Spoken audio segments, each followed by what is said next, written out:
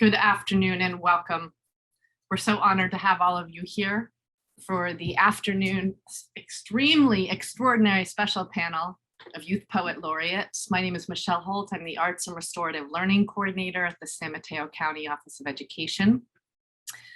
We do have one ask. I will be turning off my camera and muting myself in just a moment. We do have one ask for everyone, which is, and we'll be sharing this throughout the day in some of the afternoon workshops, but please fill this survey out at the end of the day. If you're here with us, and we'd love to hear your feedback about your whole experience at Arts is Life, so do please fill out that survey. I am thrilled and honored to introduce Eileen Casinetto, who is the San Mateo County Poet Laureate, and she will be the moderator for today's session, and she will introduce our Youth Poet Laureates. But we're so thrilled to have all of you here this afternoon, and enjoy. Thank you, Michelle. Good afternoon, everyone. It is such a pleasure to be here. Thank you, Arts is Life, for holding this space for poetry. You probably cannot see all of it, but my background image is a poem. It's from Dreams by Langston Hughes. Hold fast to dreams, for if dreams die, life is a broken winged bird that cannot fly. I came across it when I was probably 8 years old. At the time, I didn't realize it was a poem, but I really liked it apparently because it's been in my head ever since, thanks to my first grade teacher in the Philippines who made it into a classroom wall art. Studies have proven time and again how the arts help foster critical thinking and how poets are the original makers and systems thinkers with the ability to find interconnections and simplify complexity. Today, I am honored to be with three brilliant Youth Poets Laureate who are changing their world one poem at a time. I'd like to first introduce Anouk Yeh. Anouk is a spoken word poet, journalist, and organizer from San Jose. She is Santa Clara County's 2021 inaugural Youth Poet Laureate and a 2020 National Student Poet Program semifinalist. A firm believer that the role of the artist is to make the revolution irresistible, she is always actively looking for inventive ways to tackle current events in her poetry. Her poetry has been featured by Stanford University, Planned Parenthood, and the Kronos Quartet.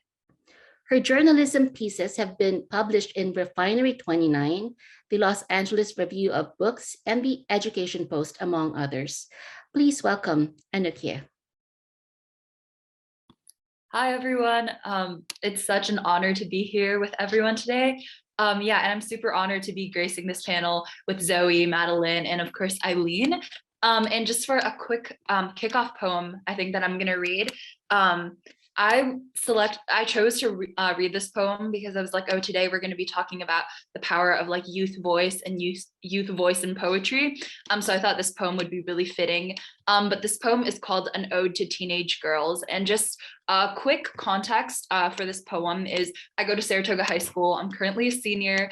And basically Saratoga High School is in this two-school district with also Los Gatos High School. And so basically now it's 2 years ago now. That's crazy. But Los Gatos, a group of teenage girls at Los Gatos had spearheaded this large sexual assault awareness movement because on campus, a lot of students, especially female students, were basically reporting like to the Title IX office, but nothing was being done. So this was an ode that I had written to like just young women and young student organizers who are bravely fighting against like sexual harassment or just like injustice on campus. And so this is called An Ode to Teenage Girls for the teenage girls at Los Gatos and Saratoga High School. Quote, since last year, 134 Los Gatos Saratoga Union High School District students and alumni have come forward, mostly on social media, as survivors of sexual abuse and harassment, end quote, NBC Bay Area 2021, and slight content warning for sexual assault.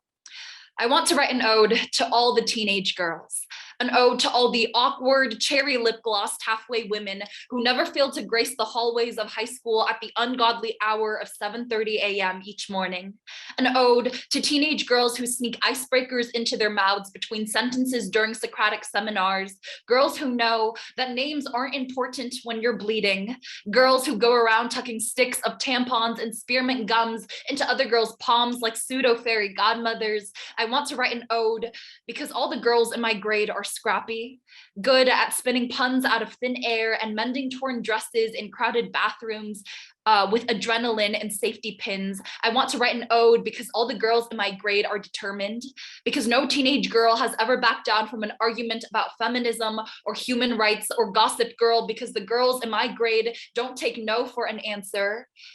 A talent we inherited from upperclassmen boys cloaked in Letterman jackets. My best friend once told me, it doesn't matter how you were taught a skill as long as it is yours to use now. And 3 years later, she is now a 2-time debate state champion known for her persistence. My best friend wears no limits like a badge, refurbishes the bad memory until it is a first place trophy. And the girls in my grade are magic like that. All of us, expert linguists, too skilled at conjuring euphemisms out of thin air, too familiar with having to bend goodness out of every bad situation until the salted wound fades into nothing more than a forget-me-not. See, the girls in my grade are magic, but sometimes even magic falls short from grace. Last year, a girl in the grade was assaulted by a varsity football player. That day, there was no magic in the hallways. Every girl in the grade cried for her a shaky elegy of locker-side huddles and snapped hair ties. Every girl checking in on her best friend like a daughter. Strangers sopping the collateral damage off of each other's faces. And all of us heaving our bodies into history class only to learn that the pain is nothing special, spiraling through textbook pages only to learn that men have been cracking our bodies open for pleasure for centuries, learning that for us, history has never stopped drumming up reasons to write eulogies or brandish pepper spray. And tell me, isn't that teenage girlhood? Knowing that at any time, anyone you loved could be swallowed by someone who thinks he can pocket the sun, knowing that there are people out there who want to pop your vocal cords like violin strings, but still choosing to excavate a song from your lips. And what is more teenage girl than constantly mourning the way your body turned into someone else's gaudy souvenir, but still belting the lyrics every time Taylor Swift comes on the radio because that's your song, and at least no one can take that joy away from you. And isn't that why teenage girls are magic in the first place? We find joy in the smallest places and tuck the glowing thing into the pocket of our cheek because our joy is our survival. Survival for times when they will call you weak, comical, uncanny, for when they will tell you to go back to popping bubble gum and flipping magazine covers, yell at you and say that your scream will always be more villainous than any boy's wild and thumping palms. And sometimes they will tell you that it is useless, that praying for any ending other than a burning one is futile, that wishing for a tomorrow where no one is being silenced or stomached whole is foolish, but we still do it anyways. Because right now, we are so young and the pain is so fresh that we dare believe that this type of hurt will not last forever. I'm writing an ode because we are young and naive, and choosing to be hopeful doesn't yet feel radical. A girl in my history class asks if the pain will last forever. Solemn and quiet, my history teacher is a woman in her late 30s. She doesn't wear lip gloss or chew spearmint gum, but I imagine that she too was once a teenage girl, wide-eyed and hopeful, sitting in the back of an A-push classroom, dreaming of a place where no man can cast a large shadow, doing what teenage girls do best, praying for a soft rebirth. Thank you. Wow. Thank you, Anouk. Thank you for your advocacy. Choosing to be hopeful doesn't yet feel radical. What a line. Thank you so much. Our next reader is Madeline Herr, a 17-year-old poet from Daly City, California, in San Mateo County. She is the inaugural Daly City Youth Poet Laureate, a program supported by the Daly City Public Library Associates, and the first Youth Poet Laureate in all of San Mateo County. Currently a senior at Oceana High School in Pacifica, she represents her school as a student trustee for the Jefferson Union High School District and is part of the Associated Student Body Congress. Her poetry is influenced by feminism and youth empowerment, and she has represented Daly City and San Mateo County in numerous public events. Madeline has been named Daly City Youth of the Year in December 2021. Please welcome Madeline Herr. Thank you so much, and thank you so much for inviting me here. I've had so much fun all day. So I decided to choose a poem called I Learn from the Boundaries of My Books, which is a rendition of an I Am From poem. And I decided to talk a little bit about the importance of ethnic studies. I am from layered humbooks thick enough to silence songs, saturated walls of fermented kimchi and containers of spices never half empty. I'm from stolen honeysuckles through the fences, maple seeds and humid Gwangju alleys I always mistook for fairies, and the hazardous bronze hills of Korean countrysides. I'm from uncle's bursting laughter in the dining room and the pounding silence of my grandmother's in the kitchen, fully closed knees kissing cold hard floors in formal greetings, and my grandmother's distant eyes dreaming of books. I'm from my grandparents' diasporic melodies. I'm from muffled murmurs of arirang. I'm from vessels of witnesses of Han Rising, molded to label the tormenting remnants of war in their blood, because these songs are what kept us sane, the reminders to keep us rooted. I'm from, we crossed the line to build up anew with some American dream, broke our backs bringing home books without a single trace of our story. Complete all the assignments, hypnotic under this fever dream. I haul sore ankles from synchronizing with my goshawk's fading streaks.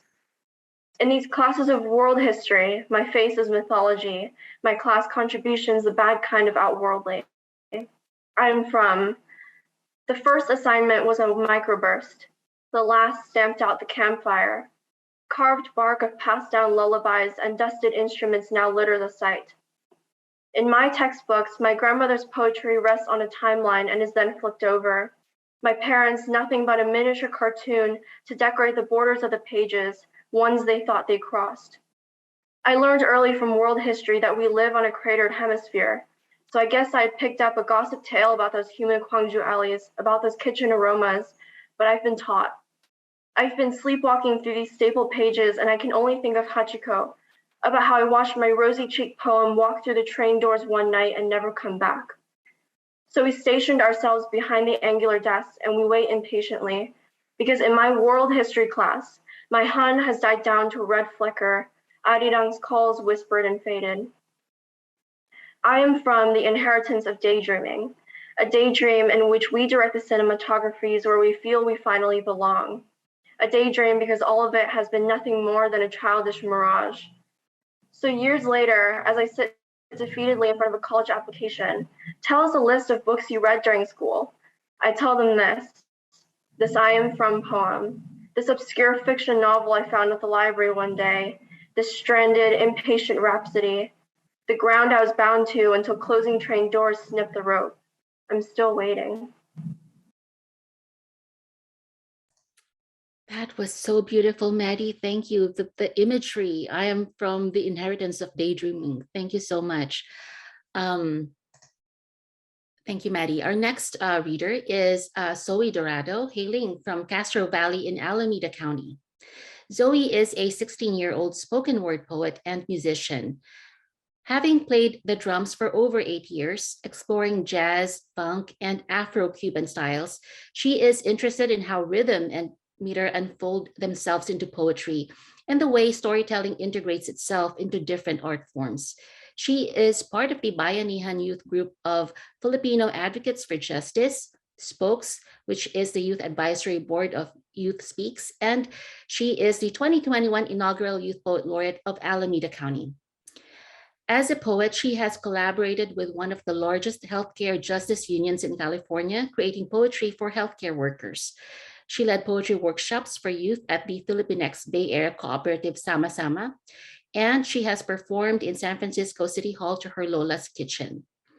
Her most recent work can be found in Brenda Art Magazine, as well as in the Bigger Picture Project's Survival Pending Revolution campaign, a poetry film collaboration between Youth Speaks and the UCSF Center for Vulnerable Populations advocating for vaccination in the fight against COVID-19, as well as the structural violence that allows this virus to disproportionately impact Filipino nurses like her mom and the health of our communities. As a Filipina American, Zoe is excited to learn more about literature and music beyond the canon. Please welcome Zoe Durado. Thank you, Eileen. And oh my gosh, Madeline, Anouk, I'm like fangirling over you 24/7. But yes, this is a poem I wrote about my dad since we are sort of like getting back into the swing of things, kind of. I've been like in a lot of car rides with him. And one day we were riding back home and we had this conversation about how both of us don't speak Tagalog, which is like a Filipino language. He's a second generation immigrant. I'm like, I guess like a third. My mom was born in the Philippines, but my dad was born in like Kankakee, Illinois. So there's like sort of a difference in like how we know like language, and none of us, I'm sorry, my dad and I, we didn't learn how to speak Tagalog. So this is about language angst.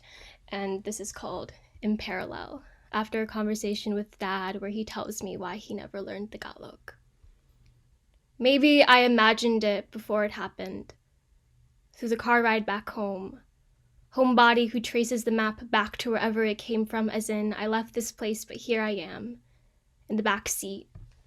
On a banca resting in some ocean, on the back of a tongue forgetting itself. An itch that is given to you. Because how else to teach the kid you only have one in your mouth? What we spill is the shadow.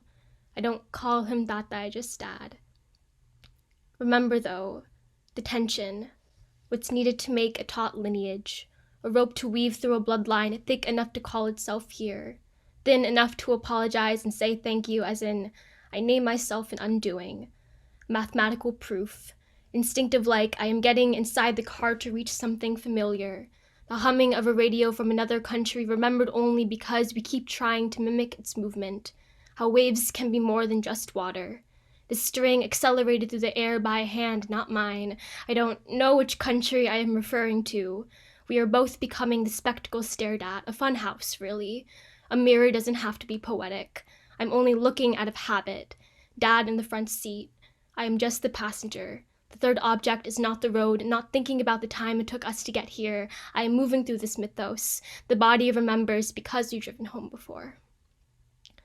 Though sometimes a child pretends to be asleep. I just want to be held. Though the driver does too, I think, as in, I'm sorry I keep you awake.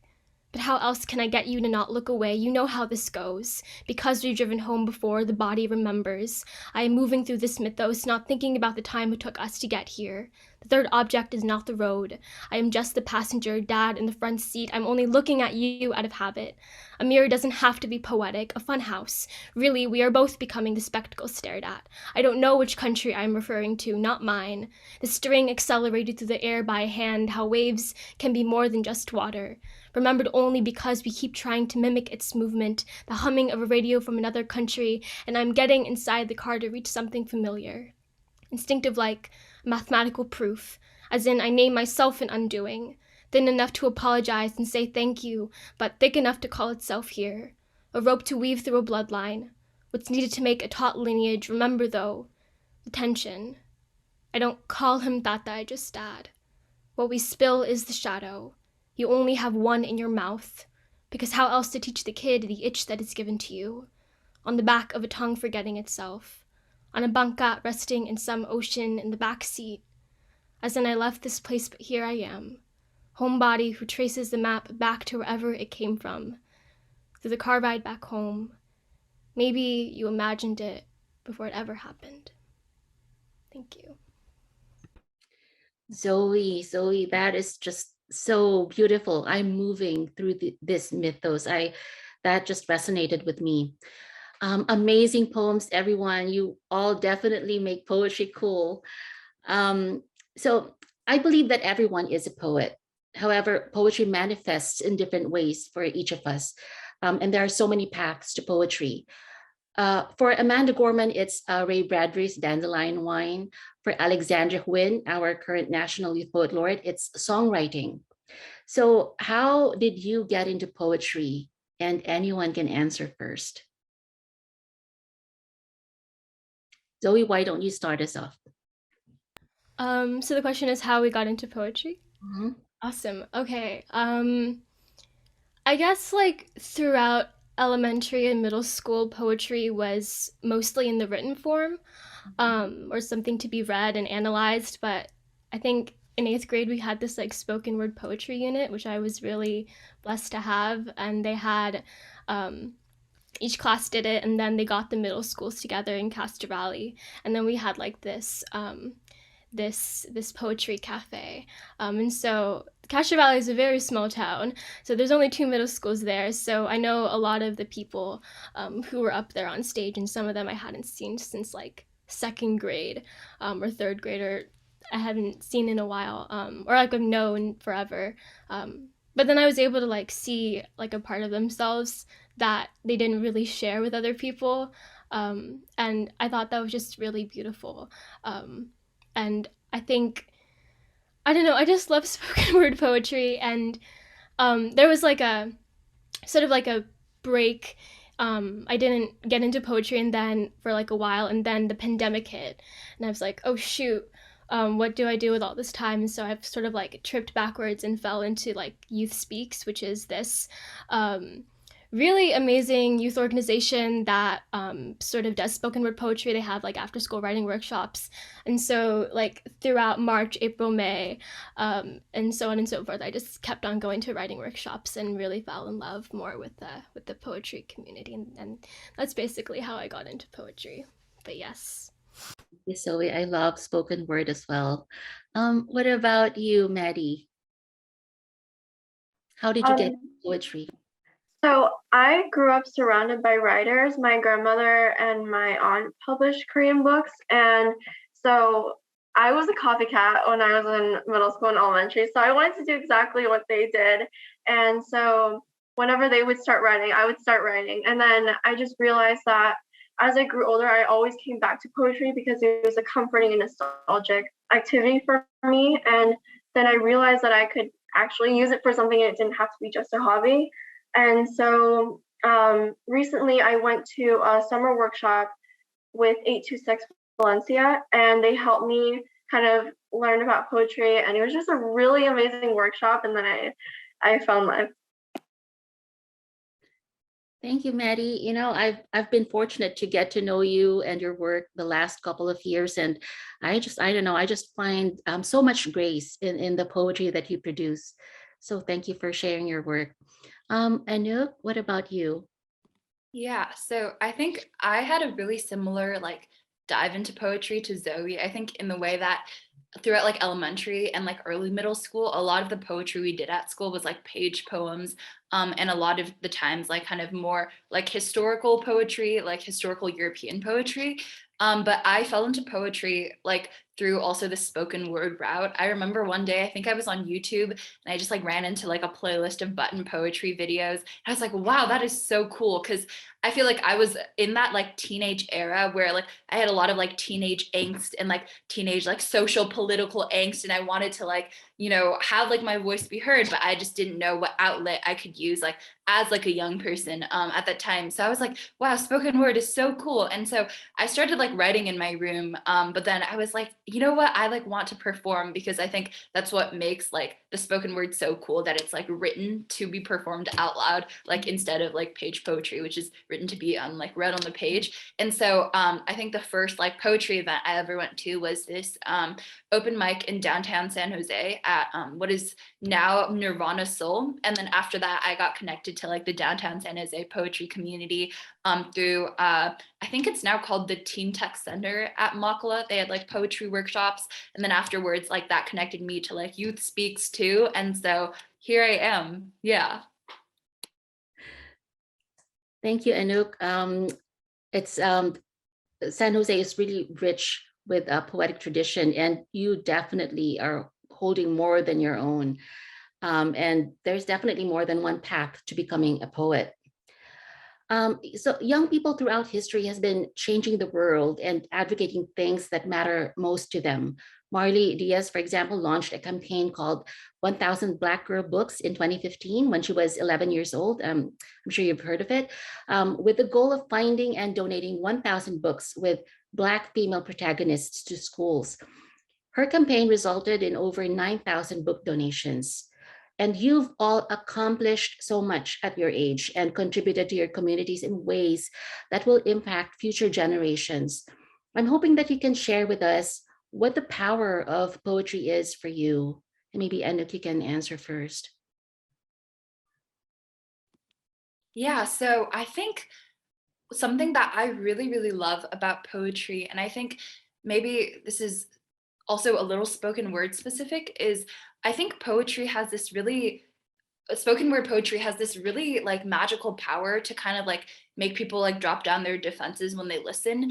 Like I guess like an example that I like to think about is like a lot of like my poetry like discusses like topics about like politics or like social injustice, and I feel like as a lot of the times like as a young person it can be kind of like hard like to kind of have your voice, one, like get your voice out there and your opinions, but like two, have your like voices and opinions stick. But I think poetry is kind of like this vessel where like when you're performing, all of a sudden people are more inclined to listen, and just because of like the lyrical cadence and like the rhythm and the way that spoken word is like structured, a lot of the times your like message I think is like more resonant. And I do think like also poetry and like all art, and I'm still trying to figure out whether this is a good thing or not, they like there's like this, I guess, like power dynamic of like respectability politics, where like if you're presenting your opinion through like poetry or presenting your opinion through art, especially as a young person or as like a person of like a marginalized identity, people are like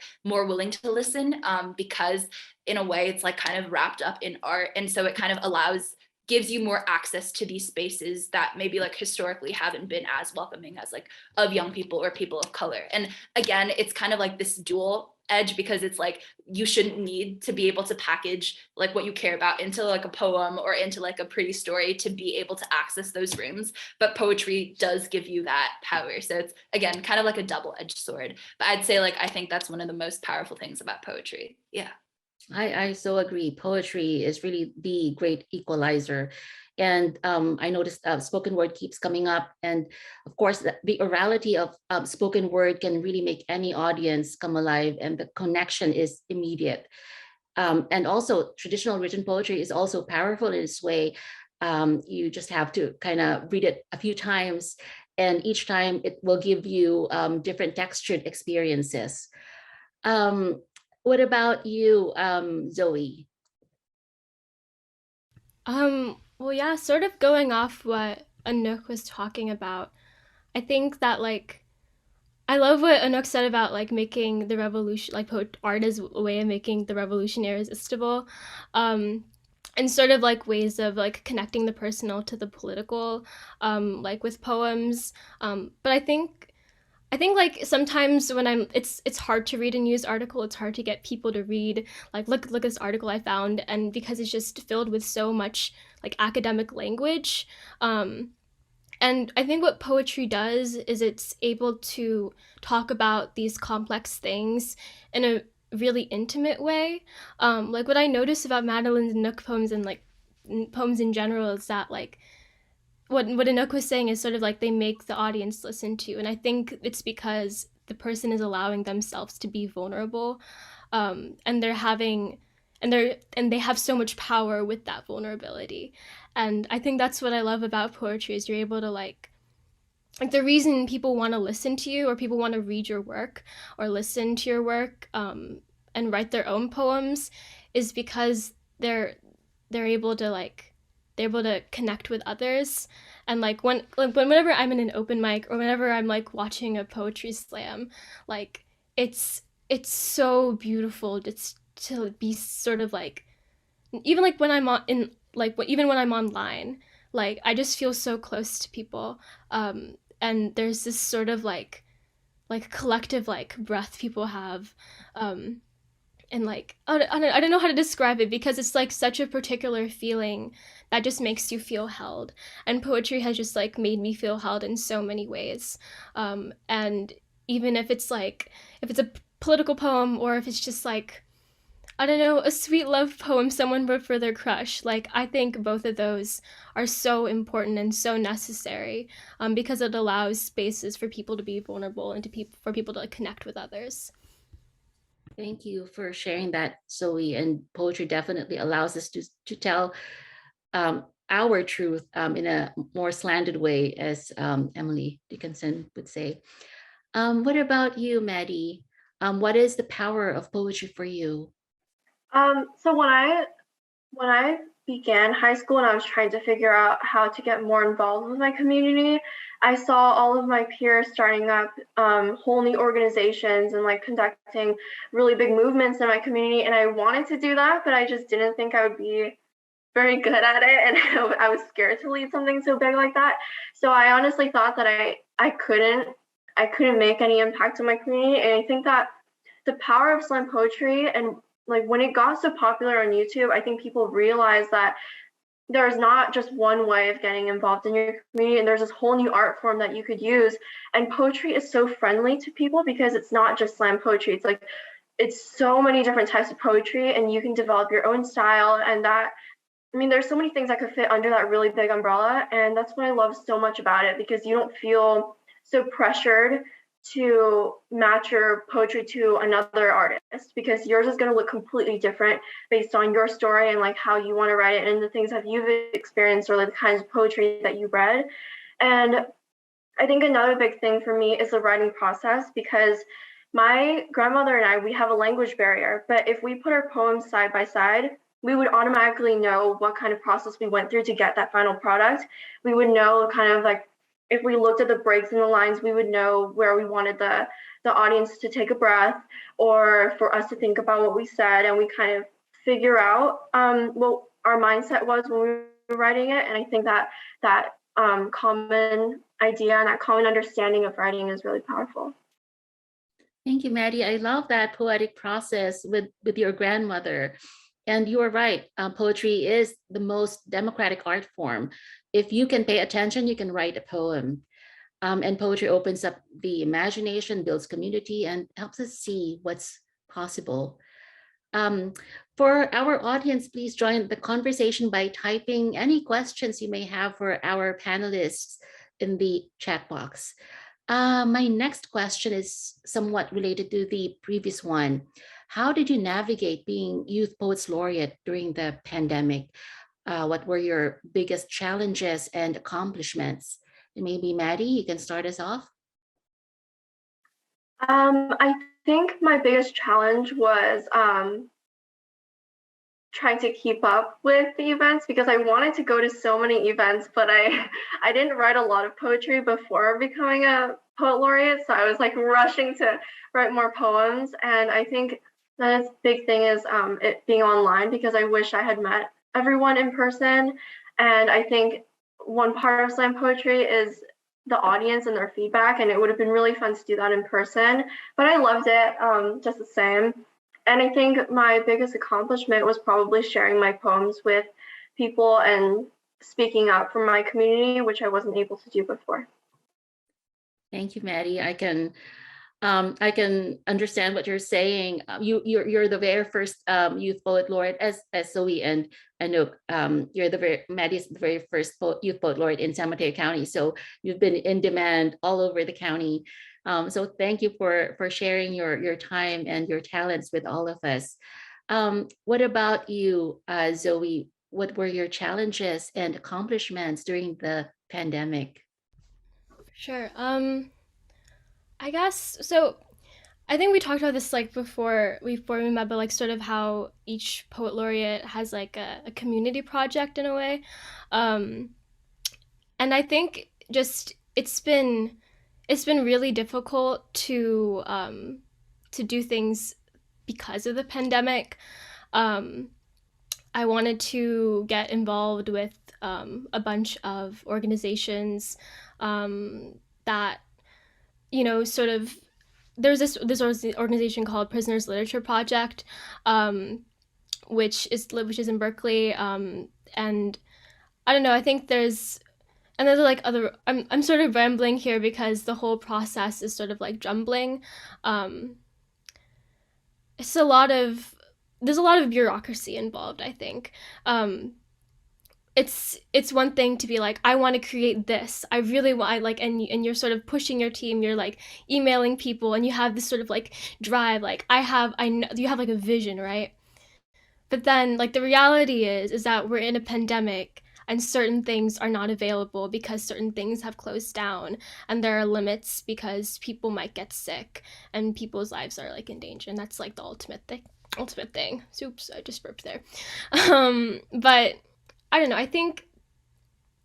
But what I think is really cool about this position is that just because like, you know, your term like ends in like the fall, like you can still like, like you've planted the seeds already, and you can just like harvest them like past in like a few years, like these types of what does it mean to be a youth poet laureate? It means like making poetry accessible to others, and in that regard, I think I feel proud of that. I was able to like visit middle schools, and like talk to kids about poetry and like lead poetry workshops, and I think that has been like the most rewarding thing. Because I've performed poetry before, but it's one thing to like to teach poetry to others, and to sort of like see people's like questions and like what people are interested in, and like I don't know, sixth graders are so smart. They ask great questions, and I think there's just so much. I don't know. Every time I like visit people, I think, or like kids and people who are interested in poetry, just reminds me like why I got into poetry in the first place, and then I feel happy again, and yeah. Um, let's see. Oh, and then one last thing, I guess. Also, so there's like the Youth Poet Laureate, and then the Youth Poet Laureate, at least around Alameda County, we have like a team of the finalists, and so we're not alone. So there's like definitely a lot of support, and I'm really lucky to have an amazing team of finalists to help me create community projects, and that has been really valuable. But yeah. Thank you, Zoe. And when I first saw your poetry film, I was just blown away. I was just so grateful for you taking a stand about vaccination, and also, raising awareness about the struggles of Filipino nurses. So thank you for that, for lending your voice. What about you? I know we've shared the stage a few times before, and I'm just also just so stunned by the work that you keep putting out. And congratulations, by the way, on being accepted to Yale. And yay! And so, Anouk, tell us what are the challenges and accomplishments of your term as Youth Poet Laureate? Yeah, of course. Yeah. Also, thank you so much.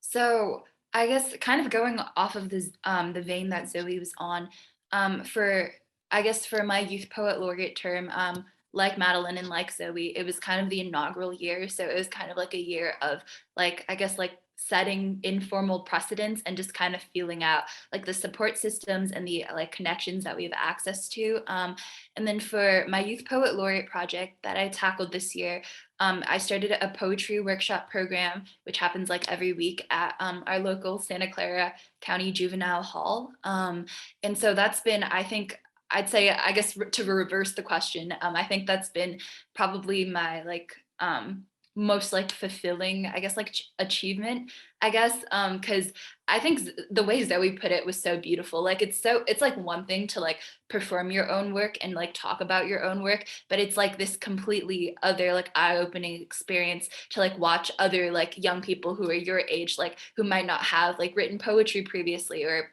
didn't have like that much interest in poetry, to watch them kind of like fall in love with the craft. Like a favorite story I always tell is like I would have like students, like, because how the workshops would be structured, they'd be structured in like 6-week sessions where we have students rotating in and out, and all of it is happening over Zoom just because I'm not like 21, so I can't step foot on like the physical premises.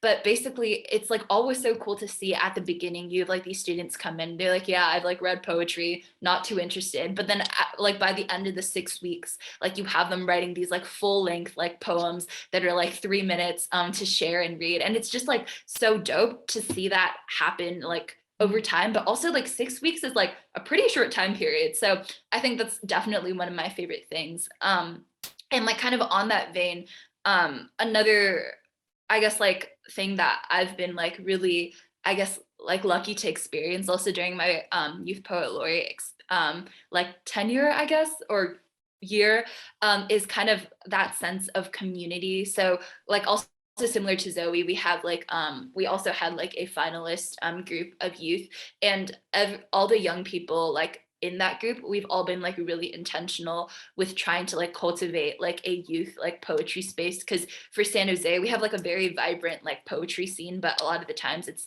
more so like kind of adults, and so we've been really intentional in trying to create spaces where it's like, oh, this is for like the youth, and like if you're a young person, once you're here, we'll support you 100%. So that's something that it's been really cool to see too. And then just like community in general, like over like honestly it's almost been a year, but a year ago Eileen and I, we read on this panel for the San Francisco Public Library, and it was this fundraiser with the Asian Americans Women's Artists Association, basically to donate all the funds to like Asian American like basically women's workers organizations after the Atlanta spa shooting. And that was probably one of the moments that I remember most from my like, I guess like readings, because it was just like, it was almost like you could see like this like physical lineage of Asian American women poets from across the Bay Area. Like you had like young people, and then you also have like poets who've been in the game for like 20, 30 years, and everyone's like reading their poetry. And it was just like, in that moment, I was like, damn, like, I feel like a lot of the times as like first or second generation immigrants, it's like, you know, there are Asian Americans who've come before you, who've done the work, but it's like so hard to see. But in that moment, I was like, dude, like everyone iconic is like here, and I just feel so empowered because I know like these women, like basically I'm standing on their shoulders. And it was just such a brilliant moment. And I feel like going back to what Zoe was saying about like the intimacy of poetry, I feel like that's kind of like a connection you can only have when you're sharing like your work and when you're being so vulnerable with other people. I feel like that was a lot on like the prose, but yeah, I think my time has been like really brilliant. And I'm like really lucky for all that support and community. And like as for challenges, I'd like agree with Madeline. I think just like the virtual year, and just that on top of that, just being the first Youth Poet Laureates in our like respective cities and counties, it's definitely been like something to navigate, like, oh, what are the support systems I have?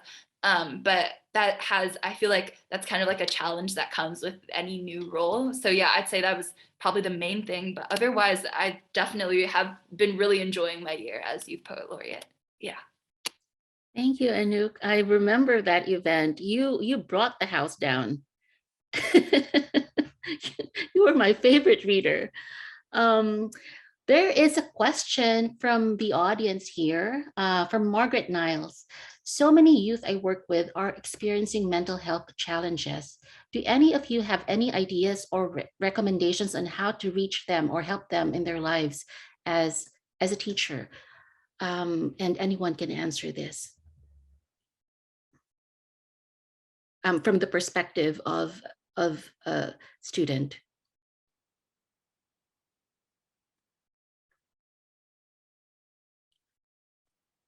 I know that in May we usually have Mental Health Awareness Month open mics here in San Mateo County, and I'm sure San Francisco always has stuff, and in Oakland as well, and San Jose.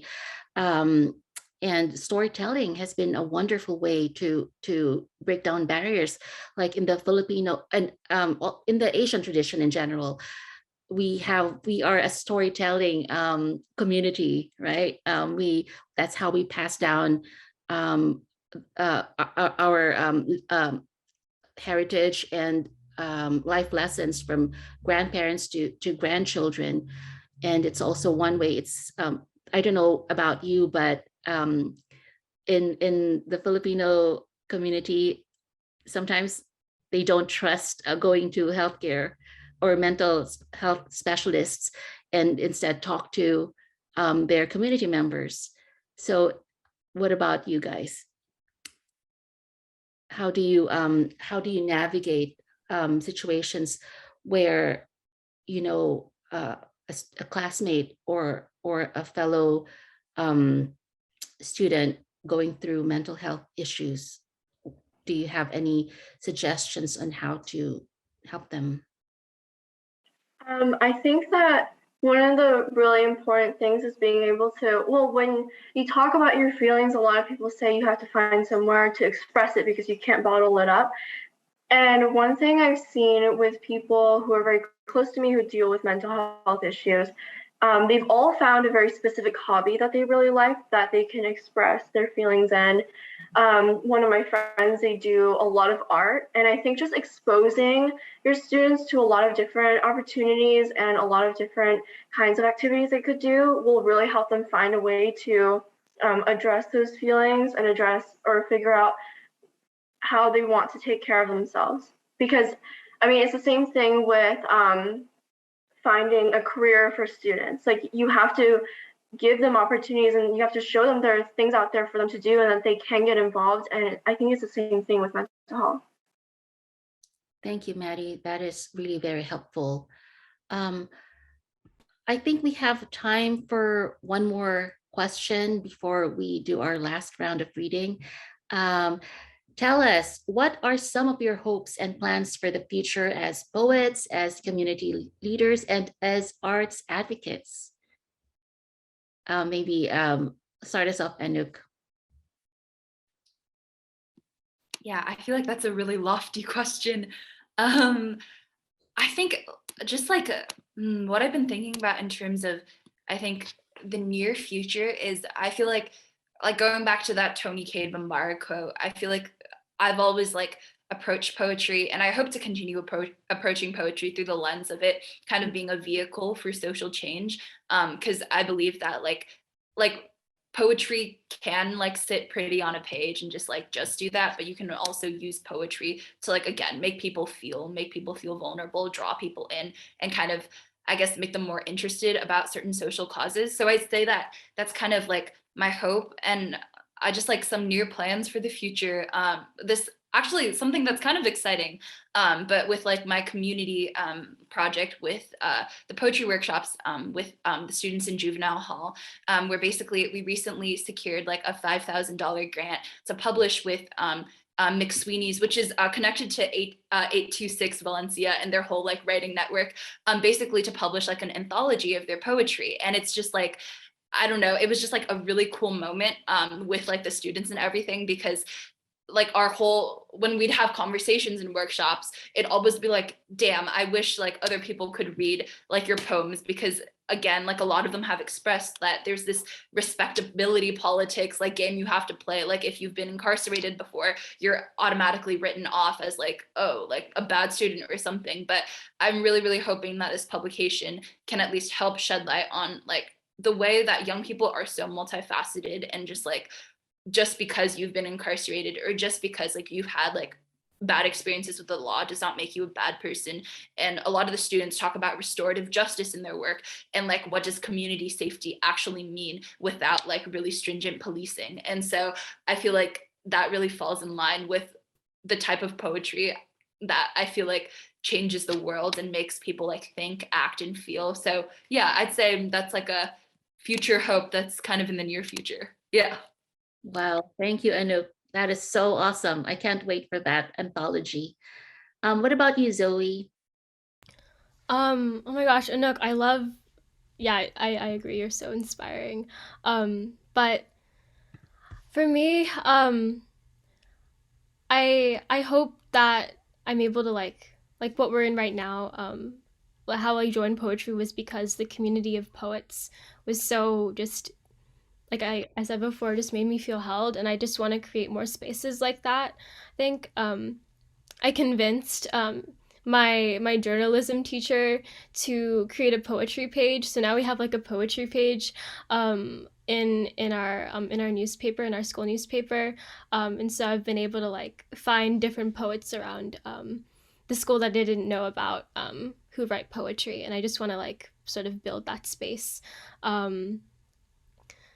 But yeah, Yeah, I think I love the idea of like making the revolution irresistible through art, and not using art and poetry as not only a way to express how you are, but sort of share that, and hopefully like pull people in. I think with like I was about to say with what Madeline was talking about how like hobbies, if people have like a hobby or like find a space to create art and things like that's really valuable. And I think what makes that really valuable for me, like when I joined poetry, is because when you join like different art spaces, you're able to have a community of artists who like support you. And I think that's just like the most like saving thing someone can have, is a community that supports them. And so I don't know, I just want to be able to create more spaces where people love art and people want to do art with each other and want to like listen to each other. And I think that's like sort of a more intimate way, sort of like a ground up sort of way to get people to be more open-minded. But yes. Thank you, Zoe. That's really all we can ask for from our community poets, to carry each other. What about you, Maddie? Similar to what Zoe was saying, I do want to see and create more spaces for youth to share their poetry. And I don't have anything specific in mind, but because we're about to graduate and everything, I'm hoping that I'll find and build a community somewhere else too. And I realized that when I started looking for poetry to read, it was really hard to find poets who are people of color. And I had to really dig through the internet to find like 2 Korean poets. And it was just, I wanted to see more representation outside of school too. And I hope that I can bring some awareness to youth poets who can make that happen. Thank you, Maddie. What you're doing, what you've done the past year, you've just uplifted the whole Asian American community in San Mateo County. Thank you for that. I think we have time for, Michelle, we have time for one more round of poetry. Oh, yes, please. We would Okay. never say no to one more round of poetry. First, I'd like to thank our brilliant and beautiful panelists for a very engaging afternoon. And thank you everyone for joining us. I'll begin with a poem in honor of Black History Month. Haint blue. To free yourself of the haint, you need to vanquish it. Paint your porch the color of water, which is power, with the might to scatter blue light to the green of seawater. But remember how heavy color can be, how shades of blue came from true indigo, which needed an abundance of water and limestone above the bedrock before it became a cash crop, which needed to be pounded and crushed and dusted with wood ash to make blue cakes, which was the currency of slavery, a bolt of cloth dyed indigo for one human body. But mixed with lime and some white mineral, it resembled water, which haints could not cross over. Thank you. Please take it over, Anouk, to be followed by Madeline and Zoe. Cool, awesome. So I'll be reading a poem called Imagining a Conversation with My Mom.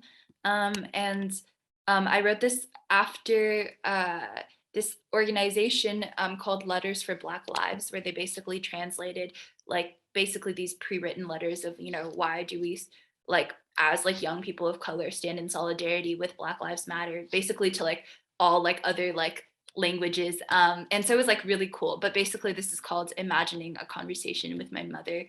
Yeah, okay.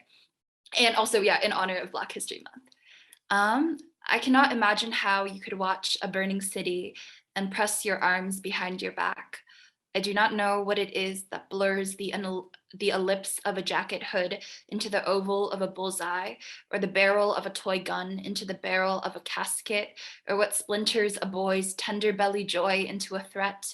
But I wonder if you ever read about Latasha Harland, the 15-year-old girl murdered by a Korean shopkeeper just years after Vincent Chin, how both died from cloaked fingers cracking a trigger, one of them shot by the Grand Wizard, the other by his cowardly apprentice. And I wonder if you know which role we play in that movie, how we are no strangers to having scalloped wax poured down our throats, our comfort built on the butt of a whip so harsh, our amnesic hands melting wax for any other than us so disposable.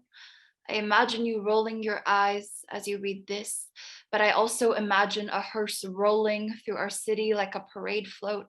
I imagine a man draining blood from his brother's wrist and presenting the croyer as wine. And I imagine you wading through a valley of whistling corpses, closing your eyes and complimenting the breeze. Thank you.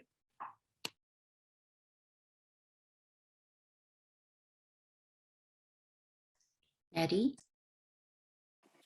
So this is a poem I wrote for Freedom Across the Globe, which was a showcase with the Poetry Society and Urban Word, I think.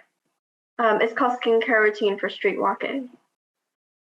When I could barely touch the ground from deli stools, my screen flooded with DIYs for homemade face masks of honey and sweets, avocados and cream, and lemon and tart. I dotted acne cream on my face until I painted a galaxy, peaked facial soap on my cheeks, molded bouquets like face paint. When I could barely cross the street on my own, I entered a war without barricades. When side mirrors showed two shadows, I think about Bugs Bunny, try to make my skin look older and hope that they'll believe it.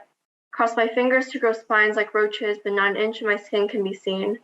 I think about possums, to lay on gum-tattered curbs and wait for the hawk to leave. Roly-polies to cup heavy breaths, cradle betraying limbs and armor. When tinted shields show stretching grins, I think about alleyway acupuncture, prick my spine with leaves to bend at pests and hopes they'll pass over me, blow dry my limbs till they crack because you wouldn't want to follow a desert road. I don't wash my face till I get back so I can step off my tightrope and mom can try to wipe away too many whistles, clicks, and calls that stain my eyes like freckles.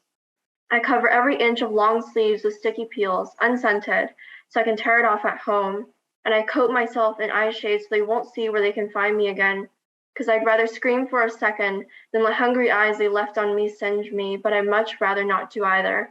And perhaps if I do this twice, maybe thrice, I'd have stripped myself so red I would never have to do it again. I drench my lips in war paint and eyes in charcoal to remove impurities, give me strength to run, remind me we're just two people, but it's two people every day. Remove my thoughts to jump sidewalks with racehorse stamina till it's finally safe to stop for the day. Though I'd much rather walk with my eyes closed and my heart beat slowly. I streak my face with a moisturizing third-grade spelling bee so I can memorize another license plate that left an empty seat for me. When his echoing calls never lets me sleep, I scrub myself with guitar strings until I'm down to the bone, so maybe I can play myself stammering lullabies to drown unbearable sounds of replaying scenes over and over and over again. To rip off burning prints of his hand on my thigh, I'm still trying to regrow like geckos. Skincare routine for street walking.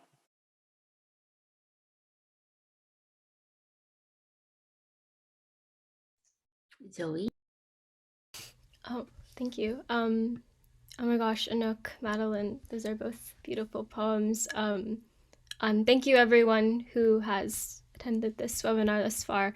This poem is something I wrote back in May of last year during AAPI Heritage Month. There was a lot of anti-Asian violence happening. There still is. And I was thinking about my Lola, my grandmother who lives alone in her house at San Leandro. So this poem is called We Breathe. Lola lifts murmurs out of morning breath, breathes out her skeleton from her leather voice, stiff, yes, but smooth also, because isn't this how you wake? Waiting to pick up the body from sleep, Lola sifts through the hallways of her house to go leave for mass. She asks if I too want to wake up at 7:30, and maybe I'm only half whole, stopped going to church years ago.